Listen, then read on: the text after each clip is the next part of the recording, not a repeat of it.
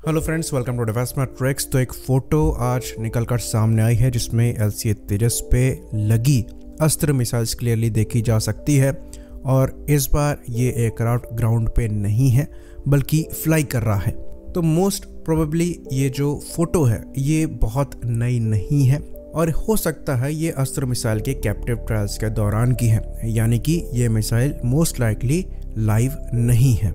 हो सकता है ये इनर राउंड्स हों। तो यहाँ पर हम एक इंटरेस्टिंग चीज देख सकते हैं कि बगल में जो R-73 के ट्रेनिंग राउंड्स हैं इनको आउटर मोस्ट पायलॉन में लगाया गया है और वो भी डायरेक्टली लॉन्चर को डायरेक्टली पायलॉन में लगाकर। वहीं पर अस्त्र के केस में आप देख सकते हैं कि जो लॉन्चर है मोस्ट लाइकली रेल लॉन्चर है, ये डायरेक्टली पायलॉन में नहीं लगा है। बीच में आपको येलो कलर का अडेप्टर दिखाई देगा जिस पर लॉन्चर को लगाया गया है। तो तेजस का जो पायलॉन है ये वैसे ही काफी नीचे तक आता है, उसके बीच में अडेप्टर को लगाया गया है, उसके बाद फिर एक लॉन्चर को लगाया गया है जो अगेन साइज में थोड़ा बल्की है, फिर मिसाइल को लगाया गया है। तो ये अरेंजमेंट काफी कॉम्प्लेक्स हो जाती है।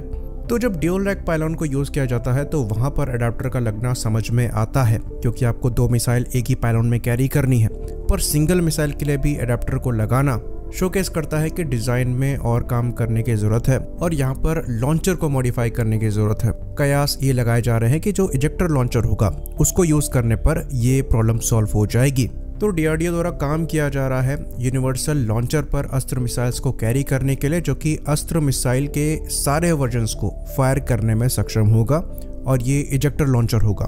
तो इंडियन एयरफोर्स द्वारा एक वीडियो रिलीज किया गया था पास्ट में जिसमें ये चीज़ क्लियरली देखी जा सकती थी कि इस नए लॉन्चर को लेकर जो टेस्टिंग और ट्रायल्स हैं वो चल रहे हैं और अस्त्र मार्क 2 और मार्क 1 दोनों इस लॉन्चर से लॉन्च करके देखी गई हैं। ऑल्दो वो डमी राउंड्स थे, पर इससे कॉन्सेप्ट जो है ये प्रूव हो जाता है। तो फ्यूचर में हमें एक ज़्यादा मैच्योर डिज़ाइन देखने को मिल सकता है। बाकी अगर आप LCA तेजस से डर्बी मिसाइल को लगा हुआ देखेंगे तो वहाँ पर भी आपको डेफिनेटली अडेप्टर दिखेगा, बट लॉन्चर और अडेप्टर का जो कॉम्बिनेशन है ये आपको इतना बल्कि नहीं दिखेगा जितना यहाँ पर दिखाई दे रहा है। इवन अगर आप Su-30 MKI से भी अस्त्र के टेस्ट को देखेंगे जहाँ पर दोनों रेल लॉन्चर और इजेक्टर लॉन्चर यूज किए गए हैं, जो लॉन्चर है ये डायरेक्टली पायलॉन में लग जाता है, बीच में किसी भी अडेप्टर को लगाने की रिक्वायरमेंट नहीं पड़ती है। इसके पीछे जो पॉसिबल एक्सप्लेनेशन है वो ये है कि अस्त्र मिसाइल को पहले रशियन प्लेटफॉर्म में इंटीग्रेट करने के हिसाब से डिजाइन किया गया था, जिसकी वजह से जो लॉन्चर है ये उसी के हिसाब से है। तो रशियन प्लेटफॉर्म के साथ इंटरफेस में इशू नहीं आता है, इसलिए डायरेक्टली ये लॉन्चर पायलॉन में लगा है, जैसा कि हम Su-30 MKI के केस में देख सकते हैं। पर तेजस की केस में यहाँ पर अडेप्टर को यूज करना पड़ता है ताकि पायलॉन के साथ जो इंटरफेस है लॉन्चर का वो प्रॉपरली हो पाए, और इसी इशू को एड्रेस करने की कोशिश करी जाएगी जो अस्त्र स्पेसिफिक यूनिवर्सल लॉन्चर बन रहा है उसके थ्रू।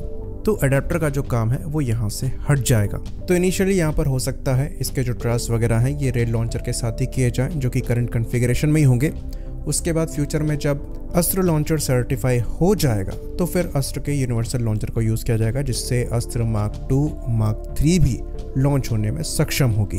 तो मोस्ट लाइकली अस्त्र मिसाइल की जो फायरिंग है ये इस साल के खत्म होने से पहले कर ली जाएगी, लेकिन इस प्लेटफॉर्म के साथ इस मिसाइल का सर्विस अप्रूवल जो है ये कुछ और ट्रायल्स बाद आए, और हो सकता है कि तेजस मार्क 1A जब अगले साल फरवरी से इंडक्ट होना चालू हो उस समय ये मिसाइल्स इनके साथ सर्टिफाइड ना हो और डर्बी और R-73 के कॉम्बिनेशन में ही तेजस अपने प्राइमरी वेपन्स का इस्तेमाल करे।